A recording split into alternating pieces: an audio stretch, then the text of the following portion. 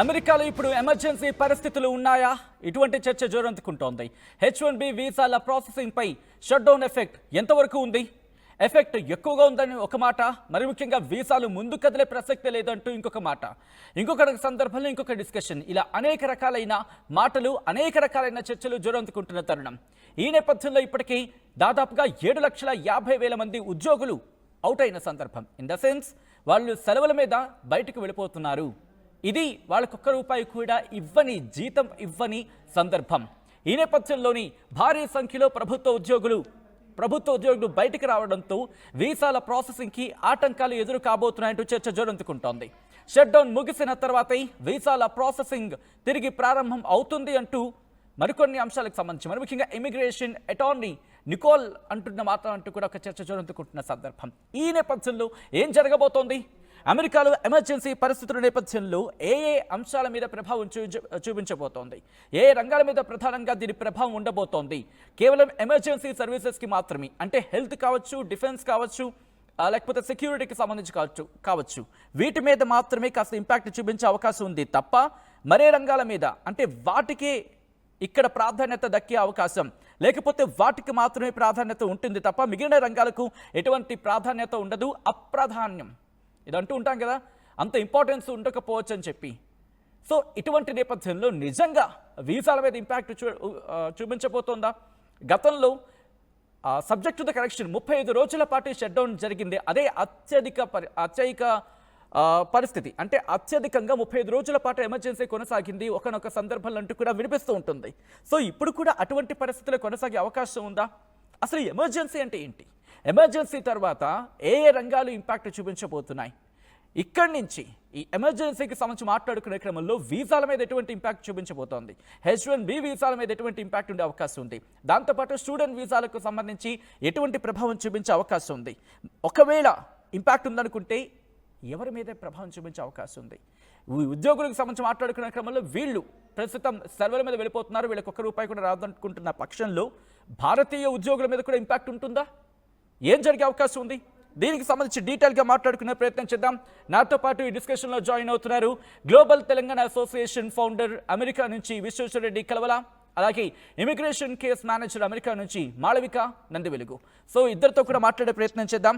ముందుగా నేను విసు దగ్గరికి వెళ్ళే ప్రయత్నం చేస్తున్నాను, ఎందుకంటే గతంలో చాలా అంశాలకు సంబంధించి మాట్లాడుకునే సందర్భం. ముందుగా విసు దగ్గరికి వెళ్ళే ప్రయత్నం చేద్దాం. విశ్వేశ్వరరెడ్డి కలవల, ఒక్కసారి ఐ రిక్వెస్ట్ బాక్సెస్కి సంబంధించి నేమ్ కరెక్షన్ ప్లీజ్. ఒకసారి విశ్వేశ్వరరెడ్డి గారు, నేను ముందుగా మీ దగ్గరికి వచ్చే ప్రయత్నం చేస్తాను. విసు గారు, ఇప్పుడు మన స్టూడెంట్స్ మీద ఇంపాక్ట్ చూపించే అవకాశం ఉంది, ఎందుకంటే ఇది చాలా కఠినమైన పరిస్థితి అని మాట వినిపిస్తున్న తరుణంలో మన స్టూడెంట్స్ మీద, మన ఉద్యోగం మీద ప్రభావం చూపించబోతుందా? మన వాళ్ళ ఉద్యోగాలకు ఏమైనా ప్రమాదం ఉందా ఇమిగ్రేషన్ నేపథ్యంలో? ఒక్కసారి దాని గురించి మాట్లాడే ప్రయత్నం చేద్దామా విసు గారు? నమస్కారం అండి, అందరికీ ప్రేక్షకులందరికీ నమస్కారం. సారీ ఫర్ ది ఇంటరప్షన్ విసు గారు. ముందుగా ఇద్దరికి కూడా దసరా శుభాకాంక్షలు. అక్కడ ఉన్నారు, ఇప్పుడే ప్రారంభమై ఉంటుంది మీకు కాస్త తెల్లవారు కాబట్టి. ప్లీజ్ కంటిన్యూ విసు గారు. Thank you, wish you the same. And అందరికి కూడా ఆర్టీవీ ప్రేక్షకులందరికీ కూడా విజయదశమి దసరా శుభాకాంక్షలు తెలియజేస్తున్నాం. అందరూ కూడా బాగుండాలి. అదేవిధంగా మా అమెరికాలో ఉన్న విద్యార్థులు కానివ్వండి, H1B వర్కర్స్ కానివ్వండి, అదేవిధంగా అందరు migrant temporary are permanent residents of United states కూడా అందరూ కూడా బాగుండాలని కోరుకుంటాం. చిన్న చిన్న సమస్యలు వచ్చిపోయి ఉంటాయి కానీ, బట్ ఇప్పుడు ప్రస్తుత పరిస్థితుల్లో మీరు అన్నట్టు ఫెడరల్ షట్ డౌన్ ఉన్న క్రమంలో కొంచెం ఇంపాక్ట్ ఉంది. అది మేజర్గా H1B వర్కర్స్ వరకు ఉంటుంది కానీ స్టూడెంట్స్ వరకు అంత పెద్ద ఇంపాక్ట్ ఉండకపోవచ్చు. ఎందుకంటే కొన్ని డిపార్ట్మెంట్స్ సెల్ఫ్ ఫండెడ్ డిపార్ట్మెంట్స్ ఉన్నాయి, కొన్ని డిపార్ట్మెంట్స్ మాత్రం గవర్నమెంట్ డిపెండెన్సీస్ ఉంటాయి. కాబట్టి ఎందుకంటే ఇక్కడ ఏది అయినా కూడా ఫైనాన్షియల్ బేస్డ్ కానీ, ఎంప్లాయ్మెంట్ బేస్డ్ కానీ ఇటువంటి రంగాల్లో ఉంటాయి. కాబట్టి ఇందులో కనెక్ట్ అయినవి అంటే ఇప్పుడు డిపార్ట్మెంట్ ఆఫ్ లేబర్ టిపికల్గా ఏంటంటే ఫెడరల్ గవర్నమెంట్ కింద వస్తుంది. సో అక్కడ కొంచెం ఈ H1B ప్రాసెస్ లో DOL హెల్ప్ కావాలి అన్నట్టు H1B ప్రాసెస్ చేసే క్రమంలో. సో అందులో ఉన్న వాటికి దానికి హోల్డ్ ఆన్ అవుతుంది, ఎందుకంటే వాళ్ళ వెబ్సైట్ ద్వారానే లేబర్ కండిషన్ అప్లికేషన్ అప్రూవల్ ఉండాలి. సో అంచేత అక్కడ ఈ కన్సర్న్ ఉంది. బట్ స్టూడెంట్స్ వచ్చేసరికి చాలా మంది మనకి ఇప్పుడు రీసెంట్ గా కన్సర్న్ ఉన్నదంతా స్టూడెంట్స్ కాబట్టి స్టూడెంట్స్ ఎక్కువ మంది వచ్చారు. మనకేంటంటే per year H1B only 85,000, but F1 visa holders అయితే చాలా మంది రావడానికి ఆస్కారం ఉంది. సో వాళ్ళందరూ కూడా ఇప్పుడు అయితే స్టడీలో ఉన్నారు, లేదంటే మేజర్గా ఓపీటీ టైంలో ఉంటారు. సో యుఎస్సిఎస్కి అయితే ఇష్యూ లేదు, because that is a self funded organisation. కాబట్టి వీళ్ళకి ఏదైనా ఓపీటీలు రావాలా, ఓపీటీలు ఎక్స్టెన్షన్ కావాలా అంటే స్టెమ్ ఓపీటీలోకి వెళ్ళాలనుకున్నా కూడా కొంచెం ఇబ్బంది ఏం లేదు. బట్ ఎడ్యుకేషన్లో ఉన్న వాళ్ళకైతే వాళ్ళు ఎడ్యుకేట్ చేస్తుంటారు. సో ఇది టిపికల్గా అప్పుడప్పుడు జరుగుతుంటుంది. సో జరిగినప్పుడు Democratic Party and Republican Party రెండు ముందుకు వచ్చి, ఐ థింక్ ఐఎమ్ హోపింగ్, అంటే as we live in Washington DC, మాకు ఇక్కడ మోర్ కనెక్షన్ అండ్ కాంటాక్ట్స్ ఉంటాయి కాబట్టి వాళ్ళందరితో కూడా మేము ప్రెషర్ గ్రూప్గా హెల్ప్ చేస్తున్నాం వాళ్ళకి. ఎందుకంటే ఇక్కడ ఉన్న కాంగ్రెస్ మెన్స్ కానివ్వండి, తర్వాత సెనేటర్స్ కానివ్వండి, వాళ్ళందరూ అంటే యుఎస్లో ఉన్న అంత కాంగ్రెస్ మెన్స్ వాళ్ళంతా ఇక్కడే ఉంటారు. అంటే హౌస్ ఆఫ్ రిప్రజెంటేటివ్స్ కానివ్వండి, తర్వాత సెనేటర్స్ కానీ అందరూ they have an office in the United states Washington DC location లో ఉంటుంది కాబట్టి సో వాళ్ళు వచ్చే వాళ్ళు ఉంటారు. తర్వాత ప్రెషర్ గ్రూప్స్ ఉంటాయి, లాబీయిస్టులు ఉంటారు, లాబింగ్ గ్రూప్స్ ఉంటాయి. ఏదైనా కన్సర్న్స్ ఉంటే తొందరగా, అంటే ఇక్కడ ఈ రెండు డెడ్ లాక్ సిచ్యువేషన్ లో ఉన్నారు ఇప్పుడు. సో దాన్ని క్లారిటీగా కొంచెం క్లోజ్ చేస్తే బాగుంటుంది. అంటే ఏదో ఒక రోజైతే తప్పకుండా చేయాలి, కాకపోతే ఎన్ని రోజులు అవుతుంది అనేది మ్యాటర్. సో చెక్ షుమర్ చాలా గట్టిగా మంకుపాట్లో ఉన్నారు. So hopefully we'll realise that thing. And తర్వాత యూజువల్గా ఏంటంటే ఇష్యూ బేస్డ్ మీద సమ్ అలైన్మెంట్ ఉంటుంది. అంటే రిపబ్లికన్ పార్టీ ఉన్న డెమోక్రటిక్ పార్టీలో ఇప్పుడు గవర్నమెంట్ లో ఉన్న రిపబ్లికన్ పార్టీకి ఇప్పుడు డెమోక్రటిక్ పార్టీ వాళ్ళు సపోర్ట్ అవసరము.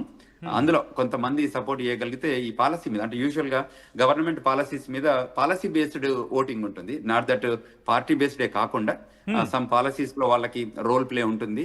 తర్వాత పబ్లిక్ ఇంట్రెస్ట్ లో ఎక్కువ కన్సర్న్స్ ఉంటాయి. అంటే ఇప్పుడు దీనివల్ల చాలా మంది ఫెడరల్ ఎంప్లాయీస్ అంతా ఇంపాక్ట్ అవుతారు. సో అందువల్ల ఆ ఫెడరల్ ఎంప్లాయీస్ ఇంపాక్ట్ అయ్యే వాళ్ళని కూడా అడ్రస్ చేయాల్సి ఉంటుంది. కాబట్టి లాంగ్ టర్మ్ అయితే ఫర్లోకి పంపించవచ్చు, లే ఆఫ్స్ ఉండొచ్చు, తర్వాత ఈ రకరకాల ఫెడ్ ఎంప్లాయీస్ కి సంబంధించి ఎంప్లాయ్మెంట్ గురించి ముందుకు వచ్చే ప్రయత్నం చేస్తాను. అంతకన్నా ముందు ఎమర్జెన్సీ గురించి మాట్లాడుకున్నాం కాబట్టి ఒకసారి నేను మాళవిక దగ్గరికి వెళ్ళే ప్రయత్నం చేస్తున్నాను. మాళవిక, అసలు ఈ ఎమర్జెన్సీ ఏంటి? ఒక కామన్ మ్యాన్ కి అర్థమయ్యేలా అసలు ఎమర్జెన్సీ, అమెరికాలో ఎమర్జెన్సీ ఏంటి, ఈ షట్ డౌన్ ఏంటి, షట్ డౌన్ లాంటి పరిస్థితుల్లో ఎమర్జెన్సీ మాట ఏంటి? ఇక్కడ మన భారతదేశంలో ఎమర్జెన్సీ అంటే కొన్ని సందర్భాల్లో వినున్నాం, లేకపోతే కాస్త కోస్త అవగాహన పరిస్థితి. బట్ అమెరికా విషయంలో ఈ షట్ డౌన్ అంటే ఏంటి, ఈ షట్ డౌన్ ద్వారా ఎమర్జెన్సీ పరిస్థితులు ఏంటి, ఒక్కసారి కామన్ మ్యాన్కి అర్థమయ్యేలా మాట్లాడుకునే ప్రయత్నం చేద్దాం. Yes, thank you. అందరికీ విజయదశమి శుభాకాంక్షలు ఫస్ట్ అండ్ ఫార్మోస్ట్. సో ఇక్కడ షట్ డౌన్ జరుగుతోంది. షట్ డౌన్ అంటే గవర్నమెంటల్ ఏజెన్సీస్ మూతపడడం అన్నమాట. అది కూడా స్పెసిఫిక్ గా కొన్ని ఏజెన్సీస్ మాత్రమే. అవి ఏంటంటే నేషనల్ పార్క్స్ సంబంధించినవి, లేదా డిపార్ట్మెంట్ ఆఫ్ లేబర్, ఇలాగా చిన్న చిన్నవి. ఎఫెక్ట్ కానివి ఏముంటాయంటే నేషనల్ సెక్యూరిటీ, సిఐఏ, FBI, అన్నిటికన్నా ముఖ్యంగా ఎన్ఆర్ఐ ప్రేక్షకులకి కొంచెం డౌట్ ఉంటుంది అనమాట. USCIS మన వీసాస్ ప్రాసెస్ చేస్తుందా లేదా అని. ఖచ్చితంగా అది అయితే చేస్తుంది. వీసా దగ్గరికి వచ్చే ప్రయత్నం చేద్దాం. బట్ అసలు ఎమర్జెన్సీ ఏ సినారియోలో వస్తుంది? షట్ డౌన్ అనే సినారియో ఎప్పుడు అక్కడ డెవలప్ అవుతుంది? అసలు షట్ డౌన్ ఎలా రైజ్ అవుతుంది అక్కడ? ఒక్కసారి ఆ ప్రాసెస్ గురించి చెప్తారా? Yes, thank you. సో ఇప్పుడు ఒక బిల్ ఎంటర్ చేస్తారు. ఎంటర్ చేసిన తర్వాత హౌసెస్, సెనేట్ అంతా పాస్ అయిన తర్వాత వాటికి ఎంత డబ్బు పెట్టాలి అన్నది కూడా వాళ్ళు డిస్కస్ చేసుకుంటారు. ఆ డబ్బు దగ్గర కొంచెం తేడా వచ్చినప్పుడు ఎవరైతే ఆపోజిట్ లో ఉంటారో వాళ్ళు ఇంత ఫండింగ్ కి మేము సపోర్ట్ చేయము, ఇది కరెక్ట్ కాదని చాలా అబ్జెక్షన్స్ రేస్ చేస్తారు. అలాంటప్పుడు ఆ బిల్ హాల్ట్ కి వచ్చేస్తుంది, ఒక అటు ఇటు కానీ జోన్ లోకి వస్తుంది. అప్పుడు నెగోషియేట్ చేయడం కోసం షట్ డౌన్ యూజువలీ ఏర్పడుతుంది. ఇప్పుడు గవర్నమెంట్ అన్ని ఏజెన్సీస్ కి ఫండ్ చేయదు కాబట్టి అవి కూడా ఫర్లో అంటారు. ఫర్లో అంటే ఆ ఏజెన్సీస్ లో పనిచేసే వాళ్ళకి అన్పెయిడ్ లీవ్స్ లాంటివి వస్తాయి. అంటే పేమెంట్ ఉండదు కానీ లీవ్స్ ఉంటాయి. సో వాళ్ళందరూ వెళ్ళిపోవడం జరుగుతుంది. సో షట్ డౌన్ లో ముఖ్యంగా నెగోషియేషన్స్ అన్నదానికి చాలా స్కోప్ ఉంటుంది, ఎస్పెషలీ డిఫరెంట్ పొలిటికల్ పాయింట్స్ తీసుకోవడానికి అండ్ ఒక బార్గెనింగ్ కెపాసిటీ తెచ్చుకోవడానికి. వీళ్ళకి సపోజ్ డెమోక్రాట్స్ కి ఒక రకమైన లా కావాలనిపిస్తోంది, ఒకటి మాది ఇది మీరు సపోర్ట్ చేయండి, మీ బిల్ ని మేము సపోర్ట్ చేస్తామని రిపబ్లికన్ వాళ్ళకి చెప్తే వాళ్ళు ఒప్పుకున్నారు అనుకోండి, అప్పుడు అది లా పాస్ అవుతుంది. సో ఈ మిడిల్ లో జరిగే డిస్ప్యూట్ అంతా రెజల్యూషన్ అంతా షట్ డౌన్ టైంలో జరుగుతుంది. టైంలో జరుగుతుంది అనమాట. So the main reason shut down happens is because a bill is not passing. Okay okay coming back to Vishweshwar Reddy గారు ఇందాక మీరు ఒక మాట అనడం జరిగింది, ఫెడ్ ఎంప్లాయీస్కి సంబంధించి అంటూ కూడా. కేవలం ఫెడ్ ఎంప్లాయీస్ మీద మాత్రమే ఉంటుందా, లేకపోతే ఫెడ్ ఎంప్లాయీస్లో సమ్వేర్ ఎక్కడ మన భారతీయులు ఉండొచ్చు, ఒకళ్ళు ఉండే అవకాశం ఉంటుందా, లేకపోతే ఇమిగ్రేషన్గా అంటే ఇమిగ్రెంట్స్గా అక్కడికి వచ్చి పనిచేస్తున్న వాళ్ళు కూడా ఉండొచ్చు భారతీయులకు సంబంధించి. సో వీళ్ళ మీద ఇంపాక్ట్ ఉంటుందా? ఒక్కసారి ఆ వాతావరణం గురించి మాట్లాడుకుందామా అండి? ఓకే, అంటే టిపికల్ ఏంటంటే ఇది యూజువల్ ఇక్కడ యుఎస్ లో ఎంప్లాయ్మెంట్ ఎలా ఉంటుందంటే ఇండియా లాగానే ఇప్పుడు కమర్షియల్ ఎంప్లాయ్మెంట్ అంటే చాలా కంపెనీస్ ఉంటాయి చూడండి, కంపెనీస్ ఎంప్లాయ్మెంట్ ఉంటారు, అవి ప్రైవేట్ కంపెనీస్. సో వాటికి ఇష్యూ ఏమి ఉండదు. ఫెడరల్ డిపార్ట్మెంట్స్ ఉంటాయి చూడండి, ఏవైతే మనకు department of transportation, department of labour, department of ఏవైతే అంటే ఈ నెంబర్ ఆఫ్ డిపార్ట్మెంట్స్ ఉన్నాయి, అందులో ఎమర్జెన్సీ డిపార్ట్మెంట్స్ ఉంటాయి, వాటికి ఇష్యూ ఏమి ఉండదు ఎమర్జెన్సీ డిపార్ట్మెంట్లలో. కాకపోతే కొన్ని డిపార్ట్మెంట్లలో కన్సర్న్స్ ఉంటాయి, అందులో మన వాళ్ళు కూడా ఉన్నారు. అంటే ఇప్పుడు ఇండియా నుంచి మైగ్రేట్ అయి వచ్చిన వాళ్ళు F1 వీసా మీద రావచ్చు, F1 వీసా తర్వాత H1 చేస్తారు, H1 తర్వాత గ్రీన్ కార్డ్ వస్తుంది, గ్రీన్ కార్డ్ తర్వాత యుఎస్ సిటిజన్షిప్ తీసుకుంటారు. యుఎస్ సిటిజన్షిప్ తర్వాత కూడా సెక్యూరిటీ క్లియరెన్స్ తీసుకుని చాలా మంది ఇప్పుడు మాకు వాషింగ్టన్ డీసీలో చాలా మంది, ఇక్కడ మేరీల్యాండే కానివ్వండి, డీసీలో మెట్రో ఏరియా కానివ్వండి, ఈ పక్కన వర్జీనియా ఏరియాలో స్టేట్లో ఉన్న వాళ్ళు, తర్వాత పెన్సిల్వేనియా స్టేట్ కానీ నైబరింగ్ డెలవేర్ కానివ్వండి, నైబరింగ్ స్టేట్స్ నుంచి కూడా చాలా మంది ఫెడరల్ డిపార్ట్మెంట్లో పనిచేస్తుంటారు. అంటే గవర్నమెంట్లో ఉన్న చాలా ఫెడరల్ డిపార్ట్మెంట్లో పనిచేస్తుంటారు అంటూ. అందులో చాలా మంది యుఎస్ సిటిజన్షిప్ తీసుకున్న ఇండియన్స్, అంటే ఇండియన్ అమెరికన్, వాళ్ళందరూ కూడా అంటే వాళ్ళ డిపార్ట్మెంట్ లో ఏదైనా కన్సర్న్స్ ఉన్నా, ఇష్యూస్ ఉన్నా వాళ్ళకు కూడా ఇంపాక్ట్ అవుతారు. అంటే యూజువల్ గా ఫస్ట్ ఫర్లో చేస్తారు, అంటే లీవ్ తీసుకోమని చెప్తారు. ఇంకా అది ఎక్స్టెండెడ్ అయితే అప్పుడు president will take say on it, అంటే ఏది డెసిషన్ తీసుకోవాలనేది. But we are not hoping that direction, we are hoping this to be closed. అంటే ఈ వీళ్ళ డిస్ప్యూట్ అనాలిసిస్ లో తొందరగా క్లోజ్ చేసుకొని మళ్ళీ బ్యాక్ టు గవర్నమెంట్ యాక్టివిటీస్ తీసుకుంటారని హోప్ చేస్తున్నాం. బట్ చూద్దాం, అంటే ఇంకా ఏం జరగబోతుందో, ఇట్స్ ఓన్లీ డే ఆఫ్టర్. ఇంకా ముందు అంటే లాస్ట్ టైం మీరు ఇంతకుముందు చెప్పినట్టు ఒక ఫ్యూ డేస్ జరిగింది, అంటే హిస్టారికల్ గా some time. But you know some times last దాకా వచ్చి ఆ డెడ్ లాక్ క్లోజ్ అయ్యేది ఉంటుంది, కానీ ఇది ఎన్ని రోజులకు వెళ్తే తెలియదు. ఇప్పుడు అంటే every government, every administration different ideology, every thought process different గా ఉంటుంది. సో అందులో భాగంగా ట్రంప్ మీ అందరికి తెలిసి ఎట్లుంటారో ఆయన అడ్మినిస్ట్రేషన్ అదంతా. సో ఆర్ హోపింగ్ అంటే there is a good negotiation lobbying activities going on, అంటే చాలా బ్రహ్మాండంగా జరుగుతుంది ఇప్పుడు. I hope this conflict resolution కానీ డిస్ప్యూట్ కానీ తొందరగానే క్లోజ్ అవుతుంది, అంటే కంక్లూడ్ అవుతుంది. తర్వాత అది కూడా పాజిటివ్ గా అవుతుంది, ఎవరికి ఇబ్బంది కాకపోవచ్చు అనేది హోప్. బట్ దీని ఇంపాక్ట్ ఎలా ఉండబోతుంది అనేది యాజ్ ద టైం ప్రోగ్రెస్ లో తెలుస్తుంది. బట్ ఇక్కడ చాలా మంది ఎంప్లాయీస్ కూడా కన్సర్న్ ఉన్నారు, అంటే ఫెడరల్ డిపార్ట్మెంట్ లో ఉన్న వాళ్ళంతా కన్సర్న్ ఉన్నారు. ఎందుకంటే లే ఆఫ్స్ చేస్తే ఎలా ఉంటుంది, తర్వాత ఇప్పుడే ఏం చేస్తుంది అంటే గవర్నమెంట్ ఒక ఆపర్చునిటీ అన్నట్టు.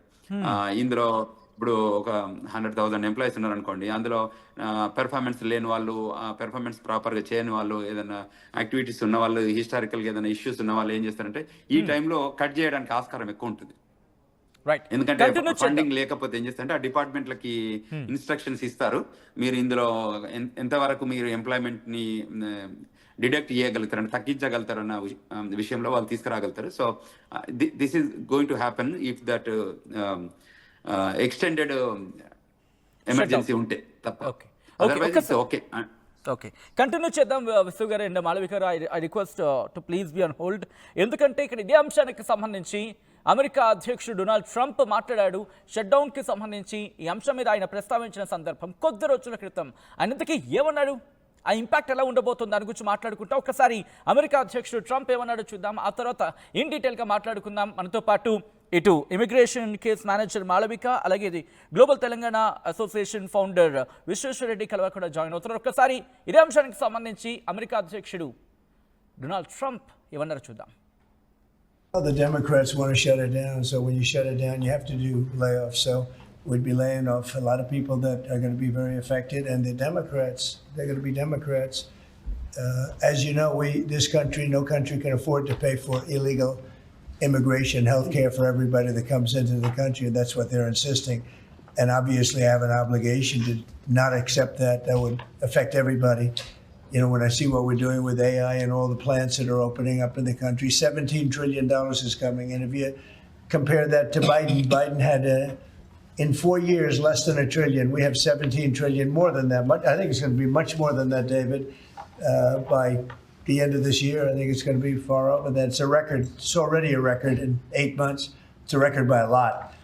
And so we're doing well as a country. So the last thing we want to do is shut it down. But a lot of good can come down from shutdowns. We can get rid of a lot of things that we didn't want. And they'd be Democrat things, but they want open borders. They want men playing in women's sports. They want transgender for everybody. They never stop. They don't learn. We won an election in a landslide. They just don't learn. So we have no choice. I have to do that for the country. Right, అది America అధ్యక్షుడు Donald Trump అంటోంది. ఈ నేపథ్యంలో ఎటువంటి impact చూపించబోతోంది? చాలా మందికి చాలా రకాల క్వశ్చన్స్ ఉండొచ్చు. ఆ క్వశ్చన్స్ గురించి వాటి సొల్యూషన్ ఏంటి మాట్లాడుకునే ప్రయత్నం చేద్దాం. అండ్ మీరు మీ డౌట్స్ని కావచ్చు, లేకపోతే మీ ప్రశ్నలు కావచ్చు, మీ అనుమానాలు కావచ్చు, ఏమైనా కమెంట్ బాక్స్లో మెన్షన్ చేసే ప్రయత్నం చేయండి. సో దట్ వాటిని మన ఎక్స్పర్ట్స్ ముందు ఉంచే ప్రయత్నం చేద్దాం. వాటికి సంబంధించి ఉన్న సొల్యూషన్ ఏంటి, లేకపోతే ఉన్న మార్గాలు ఏంటి, వీటి గురించి మాట్లాడుకునే ప్రయత్నం చేద్దాం. Going to Malavika Nanduvelugu. మాలవిక నందువెలుగు, ఇక్కడ ఇమిగ్రేషన్ గురించి మాట్లాడిన సందర్భం అమెరికా అధ్యక్షుడు డొనాల్డ్ ట్రంప్కి సంబంధించి. సో ఇక్కడ యాజ్ అన్ ఇమిగ్రేషన్ కేస్ మేనేజర్గా ప్రస్తుతం వీసాల విషయంలో ఎటువంటి కేసెస్ మీరు ఇప్పుడు ఎదుర్కోవడం జరుగుతోంది, ఎటువంటి కేసెస్ వస్తున్నాయి, అండ్ వీటికి సంబంధించి భారతీయుల నుంచి ఎటువంటి కేసెస్, ఎక్కువ కేసెస్ ఏ విషయానికి సంబంధించి వస్తున్నాయి, వాటిని ఆ రిజల్యూషన్ కావచ్చు, లేకపోతే వాటికి ఉన్న మార్గాల గురించి ఎటువంటి డైరెక్షన్స్ ఇవ్వడం జరుగుతోంది? సో బేసికల్గా ఒక్క డౌట్ అందరికి వచ్చింది ఏంటంటే, గవర్నమెంట్ షట్ డౌన్ అంటే అన్ని ఏజెన్సీస్ క్లోజ్ చేస్తారు కదా, మరి యుఎస్ కౌన్సిలేట్ ఇండియాలో ఉంది, వాళ్ళు వీసాలు ఇష్యూ చేస్తారా లేదా అనే క్వశ్చన్ ఎక్కువ అందరు అడుగుతున్నారు. కౌన్సిలర్ ప్రాసెస్ లో స్టాంపింగ్ కి వెళ్ళే వాళ్ళు, ఇంటర్వ్యూకి వెళ్ళే వాళ్ళకి ఏ రకమైన ప్రాబ్లం ఏమీ ఉండదు. మీరు స్కెడ్యూల్ చేసుకున్న టైంకి వెళ్ళొచ్చు, ఇంటర్వ్యూ సజావుగానే జరుగుతుంది. అక్కడ ఏ ప్రాసెస్ అన్నది ఆపలేదు వాళ్ళు.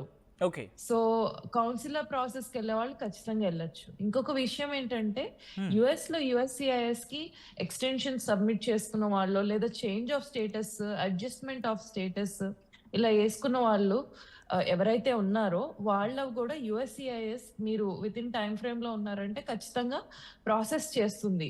ఎటువంటి డిలే అక్కడ కూడా ఎక్స్పెక్ట్ చేయాల్సిన అవసరం లేదు. సో వీసా పాయింట్ ఆఫ్ వ్యూలో ఒక డిలే కానీ, ఒక ప్రశ్నార్థకరమైన సిచ్యువేషన్ కానీ, కెపాసిటీ లేకపోవడం కానీ, ఫండ్స్ లేకపోవడం, ఫర్లో అన్నాం కదా ఇందాక, అన్పెయిడ్ లీవ్ గా పంపిస్తారు గవర్నమెంట్ ఎంప్లాయీస్ అని, అది కూడా జరగదు.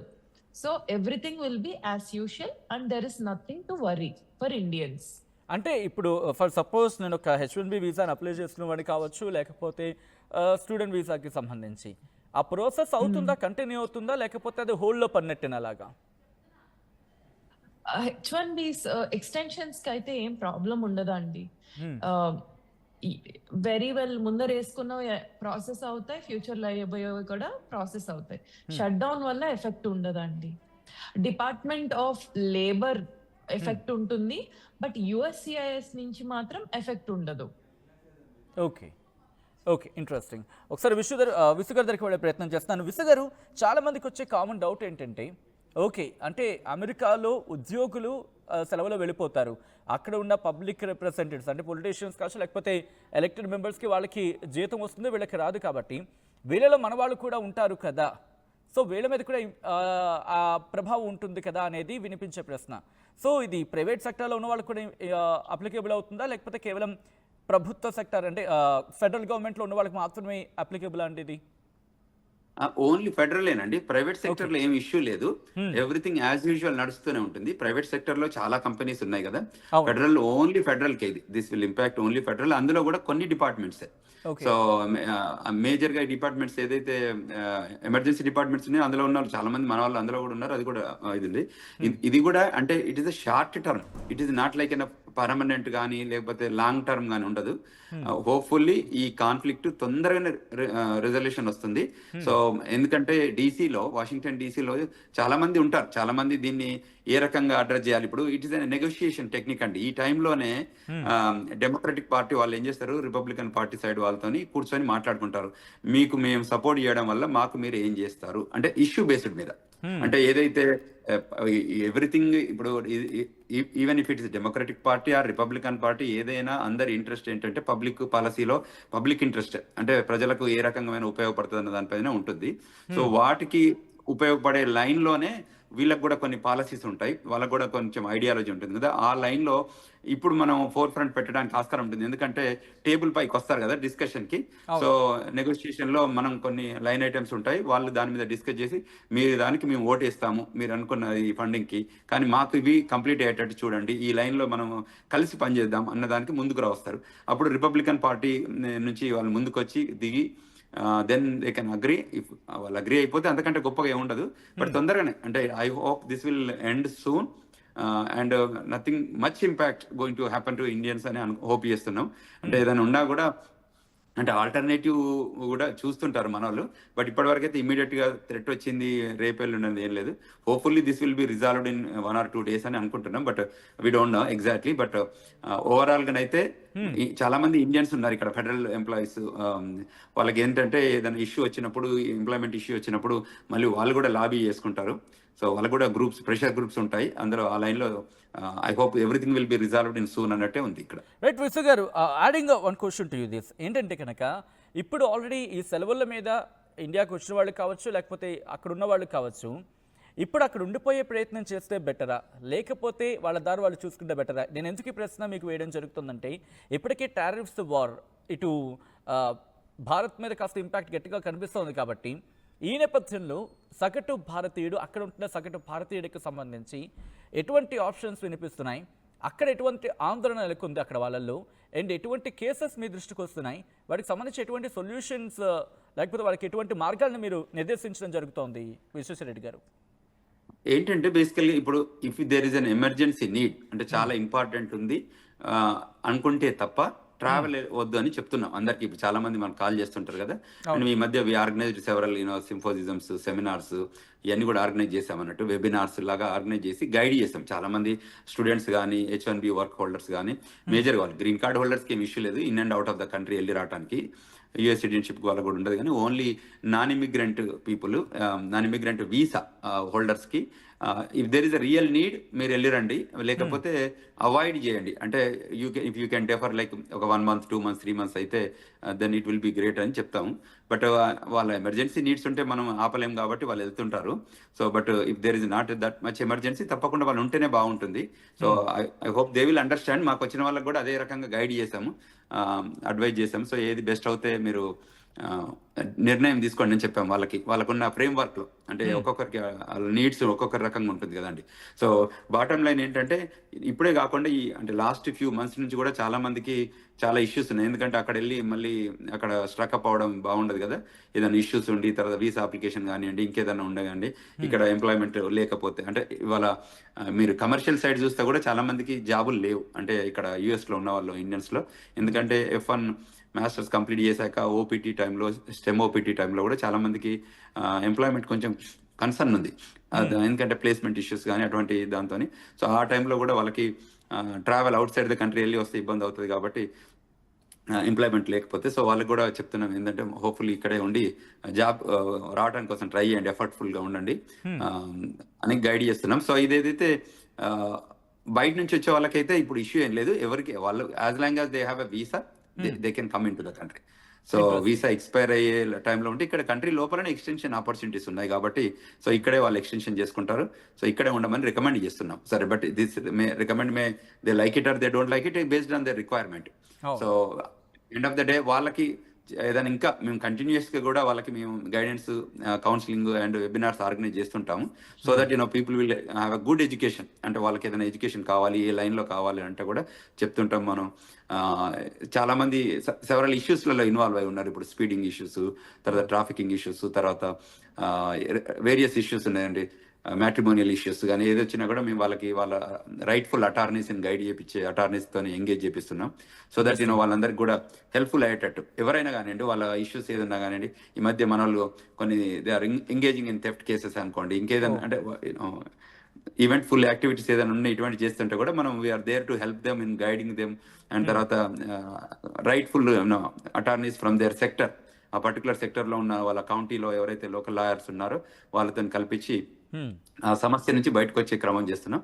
సో ఏదున్నా కూడా they can reach out to guide, అంటే we are requesting everyone to get good guidance and education on law of the land of this country, so that they will be placed properly. అంటే వాళ్ళకే బాగుంటుంది, వాళ్ళే ప్రాపర్గా ఉంటారన్న ఉద్దేశంతోనే మనం we are there to help them.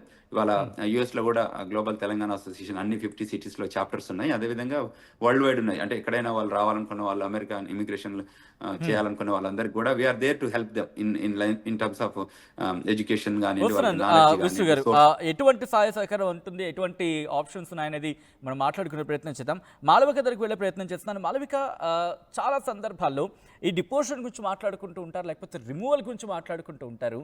And ఇటువంటి వాటికి సంబంధించి EOIR కేసెస్ అనే ఒక మాట వినిపిస్తుంటుంది. అసలు ఏంటిది?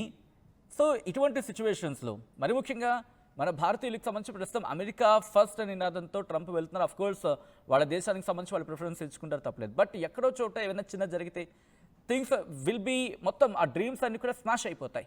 సో ఏంటి డిపోజిషన్స్ కావచ్చు, రిమూవల్ కావచ్చు, ఇటువంటి సిచ్యువేషన్స్లో లీగల్గా ఎలా అప్రోచ్ అయ్యే అవకాశం ఉంటుంది?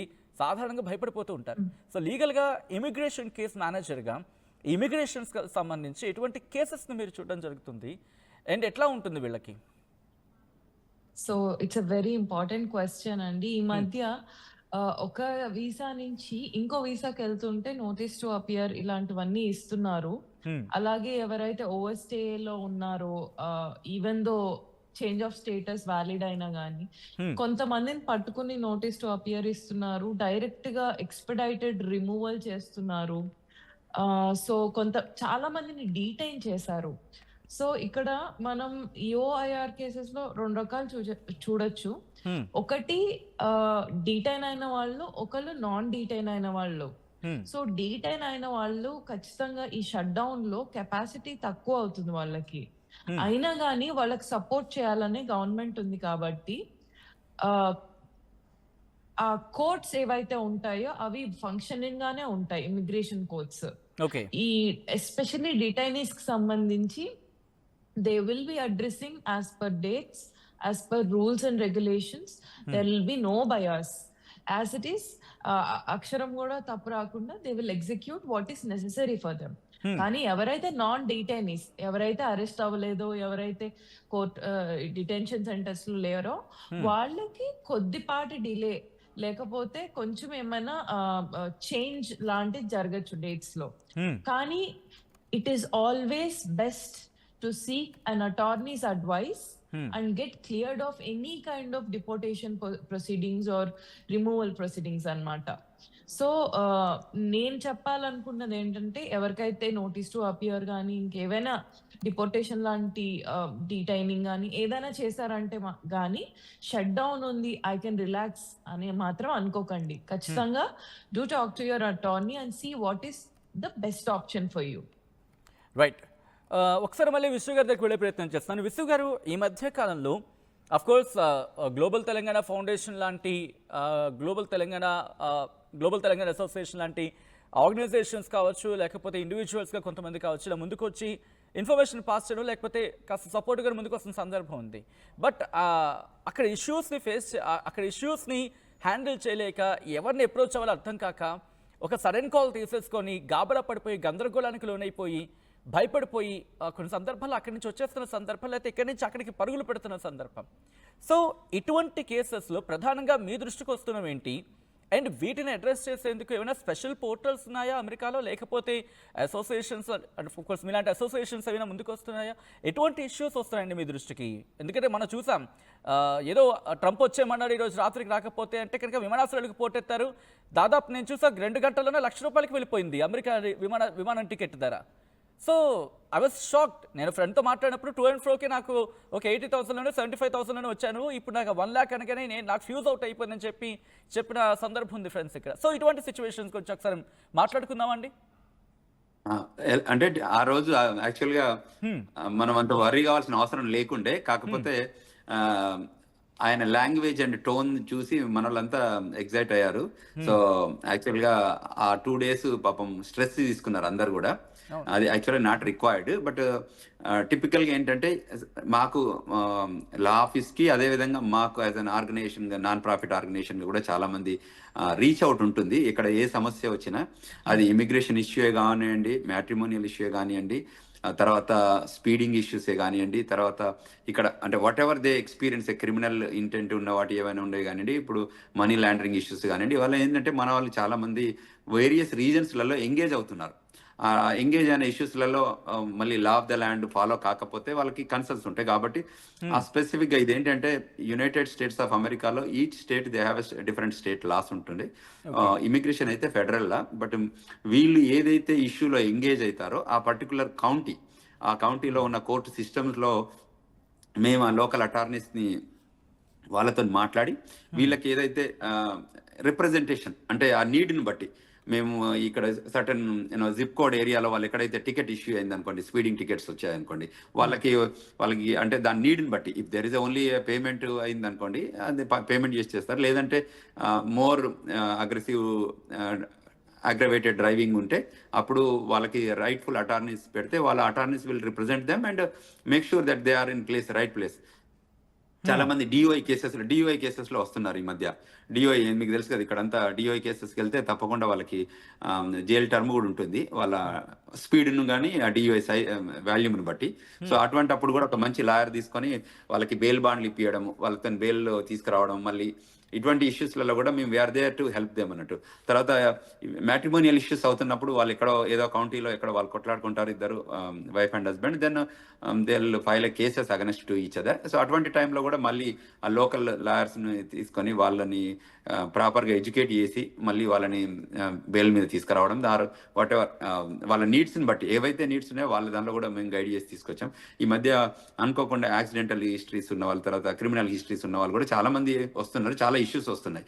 అదేవిధంగా ఇప్పుడు మన వాళ్ళు ఈ మధ్య ఆఫ్ క్యాంపస్ జాబ్స్, చాలా మంది స్టూడెంట్స్ ఆన్ క్యాంపస్ ఏదైతే జాబ్ ఉందో అది కాకుండా ఆఫ్ క్యాంపస్ జాబ్స్ వెళ్ళి చేస్తున్నారు. అవి violation of the immigration laws. So అక్కడ వెళ్ళి వర్క్ చేస్తున్నప్పుడు కానీ ఈ ICE immigration custom enforcement departments వాళ్ళు కూడా రైడ్ చేసినప్పుడు పట్టుకున్న దానిలో వాళ్ళందరూ కూడా డిపోర్టేషన్ ఎలిజిబిలిటీ ఉన్న వాళ్ళు వెళ్తున్నారు, లేకపోతే కోర్టుకి తీసుకెళ్లి వాళ్ళు they are deporting. So in any case in terms of any immigration issues కానివ్వండి, any legal issues, typical any legal issues కు మనకి ఇక్కడ లీగల్ సెక్టర్స్ ఉంటాయి.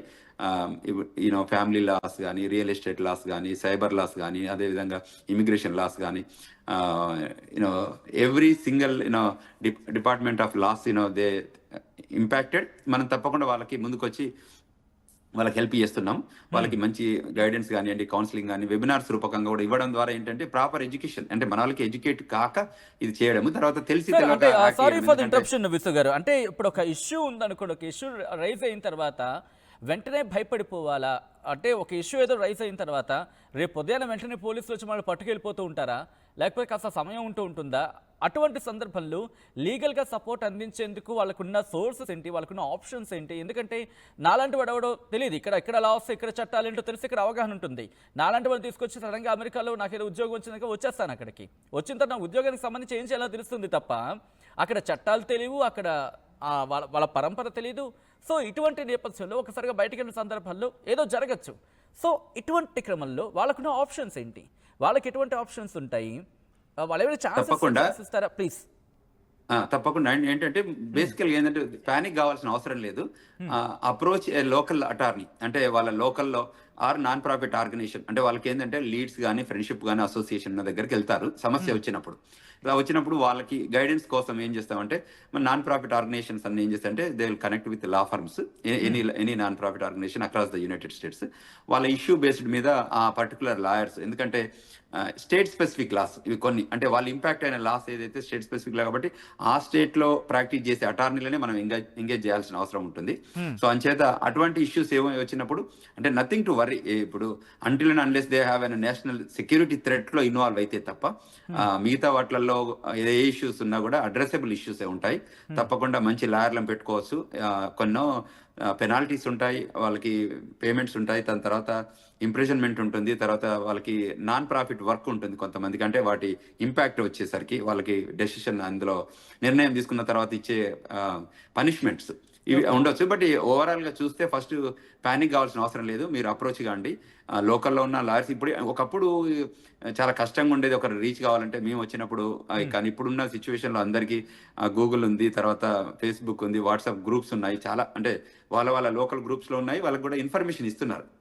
ఏదైనా ఇన్ఫర్మేషన్ లేకపోతే మాత్రం తప్పకుండా వాళ్ళు మనకు అప్రోచ్ కావచ్చు, తర్వాత గైడెన్స్ తీసుకోవచ్చు. మనం వాళ్ళని ఎంగేజ్ చేస్తున్నాం. హిస్టారికల్ గా మాకు లాస్ట్ ట్రంప్ అడ్మినిస్ట్రేషన్ వచ్చి నుంచి జనవరి నుంచి కూడా అనుకోండి, తర్వాత మొన్న ఈ మధ్య 100,000 వచ్చాక మొన్న మేము ఒక when we organised teleconference 2 hours లోపలనే they attended around 1,500 population they attended in to the call. Your so shock to hear. అంటే ఎంతమంది they want to know about what's going on around అని అట్లా. సో చాలా ఆర్గనైజేషన్స్ కూడా ముందుకు వచ్చి చేసే అట్లా. ఇందులో భాగంగా అంటే చాలా మంది కూడా ఏదో ఒక కన్సర్న్ ఉంటుంది. అంటే ఇష్యూస్ ఎస్పెషల్లీ ఇమిగ్రేషన్ లా అనేది ఏంటంటే చాలా డైనమిక్ గా ఉంటుంది. ఇప్పుడు ట్రంప్ అడ్మినిస్ట్రేషన్ చాలా ఎగ్జిక్యూటివ్ ఆర్డర్స్ తీసుకొస్తారు. తర్వాత వాళ్ళు కూడా కొన్ని previous age old immigration laws లో కూడా ఎక్కడెక్కడ అయితే కొన్ని కరెక్షన్ పాసిబిలిటీస్ ఉన్నాయి వాటి మీద కొంచెం వర్క్ చేస్తున్నారు. సో అందులో భాగంగా చాలా డెసిషన్ మేకింగ్ లో కూడా వీళ్ళు ముందుకు రావడం, అందులో మనం ఫిక్స్ చేసుకోవడం ఇష్యూస్ ఉన్నాయి. సో తర్వాత ట్రంప్ అంటేనే జనాలందరికీ భయం అయిపోయింది. అంటే ఏది చేసినా ఏం చేస్తారో, అరే మార్నింగ్ ఏ కొత్త నిర్ణయంతో వస్తారో, కొత్త ఎగ్జిక్యూటివ్ ఆర్డర్తో వస్తారో అనే దానికి కొద్దిగా కన్సర్న్ ఉంది. అంటే ఒక ఇమిగ్రేషన్ లాసే కాకుండా ప్రతి దానిలో కూడా ఎగ్జిక్యూటివ్ ఆర్డర్ తో ఇప్పుడు ఎవరి మీద ఏం బాంబు పేలుస్తారని ఒక భయం అయితే నెలకొంది. కరెక్ట్. సో దానికోసమే మనం దాన్ని సింప్లిఫికేషన్, అంటే సింప్లిఫైయింగ్ ది ఇమిగ్రేషన్ లాస్ అనుకోండి, simplifying the legal system in the United states అనుకోండి. ఇటువంటి యాంగిల్లో వెళ్ళేటప్పుడు తప్పకుండా మనకు ప్రాపర్ కమ్యూనికేషన్ ఇవ్వగలిగితే, ప్రాపర్ ఎడ్యుకేషన్ ఇవ్వగలిగితే, మనోళ్ళంతా ఎడ్యుకేషన్ బ్యాక్గ్రౌండ్ వచ్చిన వాళ్ళే కాబట్టి అండర్స్టాండ్ చేసుకుంటారు. తెలిసి తెలియక మిస్టేక్స్ చేస్తే వాళ్ళని కరెక్షనబుల్ యాక్టివిటీస్ ఉంటాయి కాబట్టి ఆ కరెక్షనబుల్ యాక్టివిటీస్ లో మనం లాయర్లను ఎంగేజ్ చేస్తుంటాము, నాన్ ప్రాఫిట్ యాక్టివిటీస్ ఎంగేజ్ చేస్తుంటాం. End of the day we're there. అంటే క్లియర్ గా చెప్పడం ఏంటంటే, మన ఆర్టీవీ రూపకంగా చెప్పడం ఏంటంటే, there are institutions are there to support you. మీకు ఎనీ యాంగిల్లో కూడా మీకు హెల్ప్ చేయడానికి ఇక్కడ ఉన్నాం. చాలా మంది 30 ఏళ్ళ నుంచి ఉన్న సీనియర్స్ ఇక్కడ ఉన్నాం కాబట్టి మేము ఏది హెల్ప్ కావాలన్నా, ఏది రకంగా మేము అంటే in terms of anything, if they have an issues, please reach out to someone who can give you a good guidance, education, and especially if they engaged in legal battles అనుకోండి, తప్పకుండా lawyers కావాలి వాళ్ళకి. అందులో కూడా మేము మాకు references ఇస్తాము.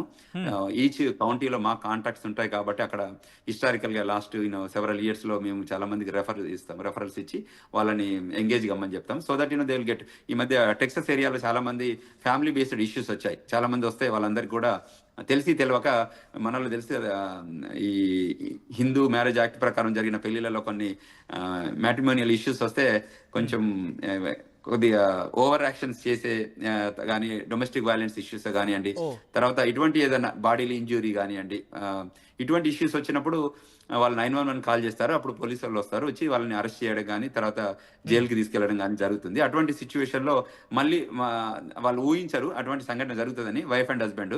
తర్వాత ఇమీడియట్ గా they realise that they are in trouble. తర్వాత వైఫ్ వచ్చి మిస్టేక్ జరిగిందండి, మా హస్బెండ్ నేను పోలీసు వాళ్ళకి పట్టించాను, సో కాకపోతే ఇప్పుడు we want to be together, so తప్పకుండా మా హస్బెండ్ ను జైలు నుంచి తీసుకురావాలని వచ్చి అడిగిన వాళ్ళు కూడా చాలా మంది ఉన్నారు. సో అటువంటి సిచ్యువేషన్ లో మేము డాలస్ ఏరియాలో ఉన్న మన టెక్సస్ అటార్నీస్ ఎవరైతే ఉన్నారో వాళ్ళకి ఎంగేజ్ చేపించేసి మళ్ళీ that whatever the procedure to get them out of the jail, and eventually it will take some time to closure that case. So ఇటువంటి యాంగిల్ లో కూడా మేము వీఆర్ దేర్ టు హెల్ప్ అన్నట్టు చాలా హెల్ప్ చేస్తాం అటువంటి ఇష్యూస్ లో. తర్వాత ఈ స్పీడింగ్ కానివ్వండి, అవన్నీ అయితే టిపికల్ స్టాండర్డ్ ఉంటాయి, కానీ మేజర్ అయితే ఇవి ఈ బాడీ అనేక రకాల ఇష్యూస్ అనేవి మీకు రోజుకి ఎక్కడ దగ్గర తారసపడుతూనే ఉంటాయి. ఇంట్రెస్టింగ్. మాకు రోజు 20 నుంచి 30 కాల్స్ వేరియస్ ఇష్యూస్ మీద వస్తుంటాయి. సో అన్నిటికీ మేము channelise, we address them, we guide them. వాటి గురించి కూడా మాట్లాడే ప్రయత్నం చేద్దాం, ఎందుకంటే మన స్టెమ్ సెక్టర్ కూడా చాలా కీలకంగా ఉంది కాబట్టి దాని గురించి మాట్లాడే ప్రయత్నం చేద్దాం. ఒకసారి మాళవిక దగ్గరకు వెళ్ళే ప్రయత్నం చేస్తున్నాను. Malavika, as an immigration case మేనేజర్గా ట్రంప్ అడ్మినిస్ట్రేషన్ ఎప్పుడైతే ట్రంప్ ఓత్ టేకింగ్ జరిగిన తర్వాత మారుతున్న పరిణామాల నేపథ్యంలో ఒక భయాందోళన వాతావరణం నెలకొంది. సో ఇక్కడ మన ఇమిగ్రెంట్స్, మన ఇండియన్ ఇమిగ్రెంట్స్, అమెరికాకు వచ్చిన ఇండియన్ ఇమిగ్రెంట్స్ ఎటువంటి ఇష్యూస్ని మెయిన్గా ఫేస్ చేస్తున్నారు? అండ్ మీకు వచ్చిన కన్సర్న్స్ ఏంటి, అంటే మీ దృష్టికి వచ్చిన కన్సర్న్స్ ఏంటి? ఎలా ఉంటుంది అక్కడ పరిస్థితి? ఎందుకంటే ఆందోళనకర పరిస్థితి అంటూ ఉన్నారు, కొన్ని సందర్భాల్లో లేదు, మీ పని మీరు చేసుకుని ప్రాపర్గా చేసుకుపోతే ఇష్యూ లేదంటున్నారు. So as an immigration case manager మీరేమంటారు? మెయిన్ గా అన్సర్టనిటీ. ఓకే. ప్రతి ఇమిగ్రేషన్ క్వశ్చన్ కి జవాబు లేకపోవడం, లేదా గవర్నమెంట్ తరపు నుంచి జవాబుదారీతనం లేకపోవడం అనేది ప్రజలు చాలా కష్టపెడుతోంది వాళ్ళకి. అంటే ఏదైనా క్లారిటీ ఉంటే లైఫ్ ప్లాన్ చేసుకోవడానికి ఇష్టపడతాం ఎవరైనా. అంటే అమెరికా అధ్యక్షుడు ట్రంప్ తీసుకుంటున్న నిర్ణయాల్లో ఎక్కడో కాస్త క్లారిటీ మిస్ అవుతుంది. క్లారిటీ ఇస్తే కనుక అందరికీ బాగుంటుంది అనేది ఒక అర్థం, right? Absolutely. Okay. So basically H1B visa ఈ $100,000 ఏదైతే పెట్టాడో పాలసీ, అది చాలా ఇట్స్ ఎ హార్డ్ పిల్ టు స్వాలో. ఎస్పెషలీ ఈ పిటిషన్స్ ఏవైతే ఫ్యూచర్ లో వస్తాయో, లేకపోతే నెక్స్ట్ దాంట్లో యునో రౌండ్ లో నాకు H1B పిక్ అవుతుంది, నేను యుఎస్ వెళ్తాను, this is my American dream అనుకుంటారో, ఎవరైతే లాస్ట్ ఇయర్ ఆఫ్ స్టెమ్ లో ఉండి H1B వస్తే అలా H1B లో ఉండి గ్రీన్ కార్డ్ ఇంకా ట్రై చేసుకోవచ్చు అనుకుంటారు, వాళ్ళందరికీ it is jeopardising their dreams and aspiration. Okay. So ప్రస్తుతానికి ఇమిగ్రేషన్ పాయింట్ ఆఫ్ వ్యూ లో H1B అనేది అసలు ఒక రిలయబుల్ వర్క్ వీసానా కాదా అన్నది ఎక్కువ అయిపోయింది. ఎందుకంటే దాదాపు 2015 నుంచి చాలా మంది గ్రీన్ కార్డ్ ప్రాసెస్ లో ఉన్నా గానీ వాళ్ళకి వీసాలు రావాలంటే 70 ఏళ్ళు పట్టేటట్టుంది. So it is a very unfortunate scenario. అంటే వాళ్ళ పిల్లలు ఇక్కడే పుట్టారు, వాళ్ళు ఇక్కడే పెరుగుతున్నారు, యునో ప్రతి దానికి గ్రీన్ కార్డ్ లేకపోవడం, లేకపోతే డిలేడ్ గా సిటిజన్షిప్ రావడం, ఇవన్నీ కొన్ని క్వశ్చన్స్ వల్ల వాళ్ళకి ఫైనాన్షియల్ ఫ్రీడమ్ పోతోంది. అండ్ ఒక ఫ్రీడమ్ తో వాళ్ళ కెరియర్ ని ప్లాన్ చేసుకోవడానికి కుదరట్లేదు. So in that back drop ఈ H1B రిలయబిలిటీ కూడా ఇంకొంచెం ఈ 100K వల్ల తగ్గిపోయింది. సో పీపుల్ ఆర్ థింకింగ్ ఈ వీసా కాకుండా ఇంకేదైనా వర్క్ వీసా ఉందా అని. ఇంట్రెస్టింగ్ గా ఒకసారి మాట్లాడుకునే ప్రయత్నం, ఆల్టర్నేటివ్స్ ఉన్నాయా? అంటే H1B వీసాకి ఆల్టర్నేటివ్స్ అంటే గతంలో ఆఫ్ కోర్స్ విశ్వ గారు మేము మాట్లాడుకున్న సందర్భం ఉంది, but do have any other alternatives? ఒకవేళ H1B వీసాకి తగినట్టుగా ఏమున్నాయి అనేది వస్తే ఎటువంటి సమాధానం వస్తుంది?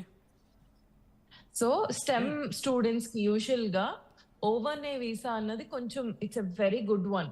సో O1A వీసా ఏంటంటే పర్సన్ ఆఫ్ ఎక్స్ట్రాడినరీ అబిలిటీ అంటారు. అంటే ఈ పర్సన్ ఎక్స్ట్రాడినరీ పర్సన్ అని, దాన్ని ఎలా క్వాంటిఫై చేస్తాం అన్నది USCIS has given certain regulatory criteria to prove that you are a great person and you are extraordinary person.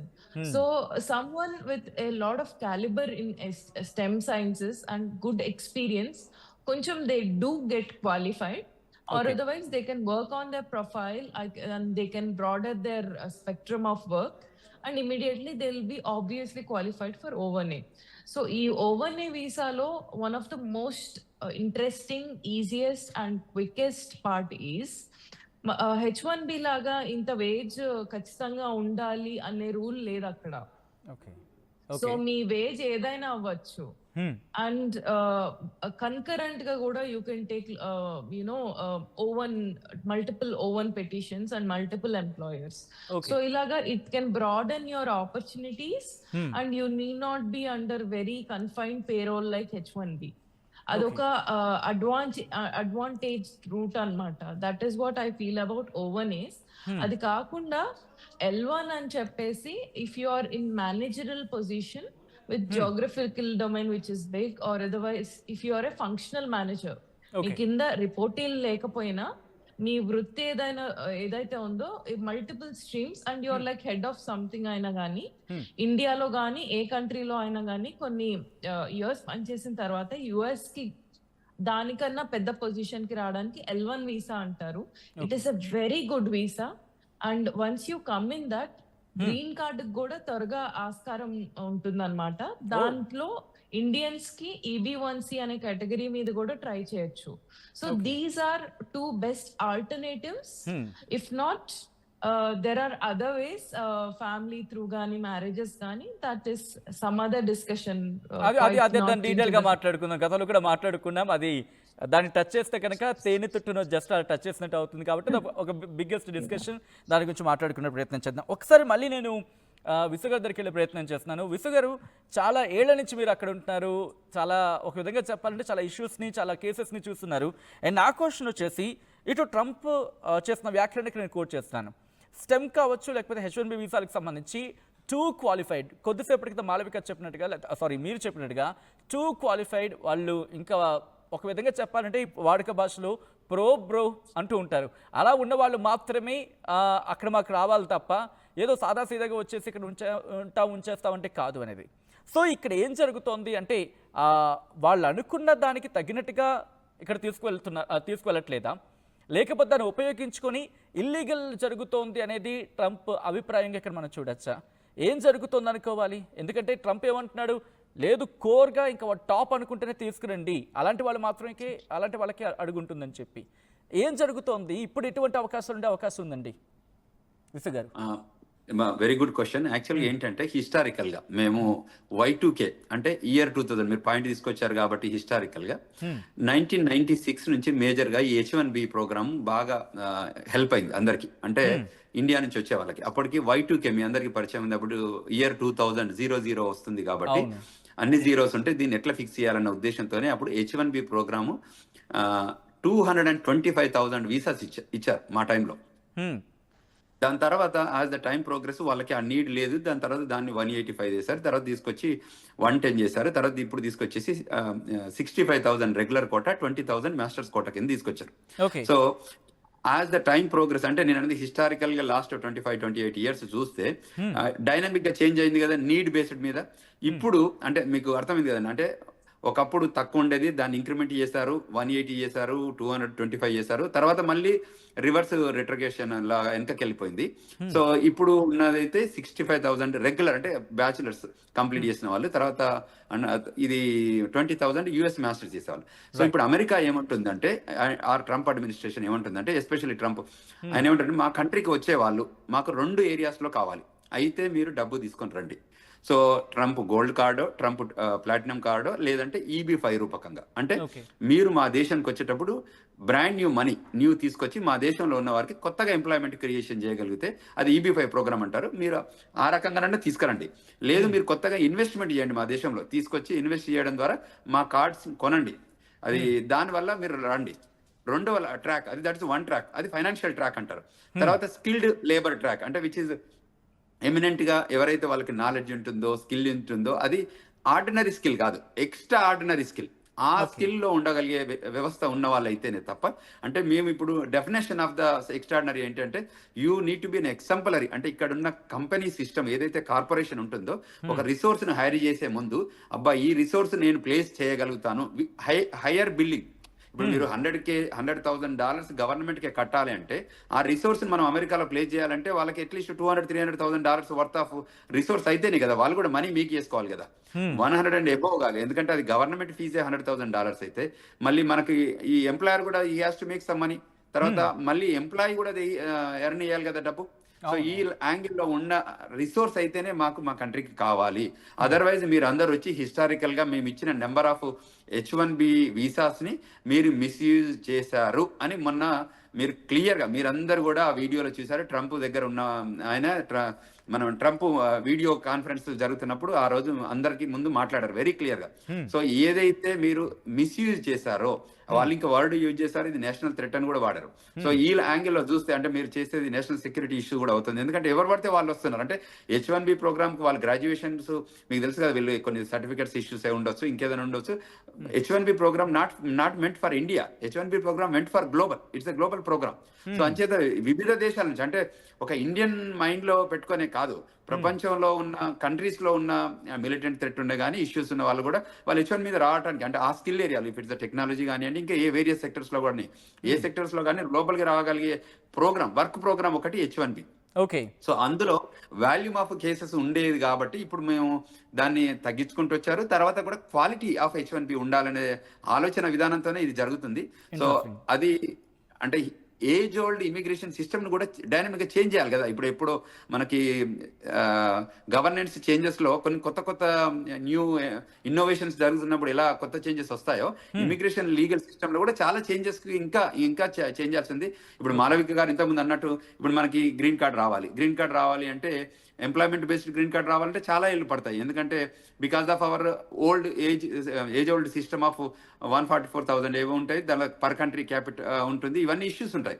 అంటే ఈ కంట్రీ వాళ్ళకి ఇంతవరకు ఇవ్వాలన్న రూల్ ఉంది కదా. సో ఇటువంటి ఇష్యూస్ వచ్చినప్పుడు మన వాళ్ళకి ఎక్కువ రాకపోవడానికి ఆస్కారం ఉంటుంది. కాబట్టి సో మనకి ఎక్కువ రావాలంటే తప్పకుండా చాలా డైనమిక్గా చేంజెస్ కావాలి. America is not against to India. I'm very clear and we all need to know that America is not pinpointing Indian people only. When they issue and when they create, when they deliver anything, it's a globally.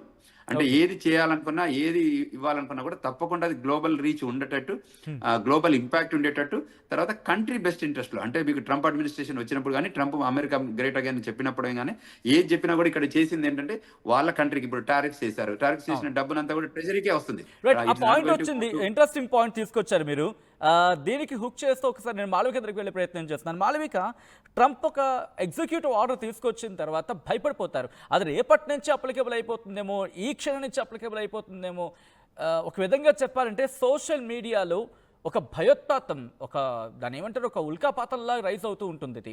So నిజంగా executive order అనగానే వెంటనే అది applicable అయిపోతుంది. Of course కాస్త అవగాహన అయితే కొంతమందికి ఉంది. నేను మిమ్మల్ని అడిగే ప్రయత్నం చేస్తాను, అంటే ఇమిగ్రేషన్కి సంబంధించి ఇంపాక్ట్ అది దాదాపుగా ఇమిగ్రెంట్స్ మీద ఎక్కువ చూపిస్తుంది. భయం అంతా ఇమిగ్రెంట్స్లో ఎక్కువ అవుతుంది.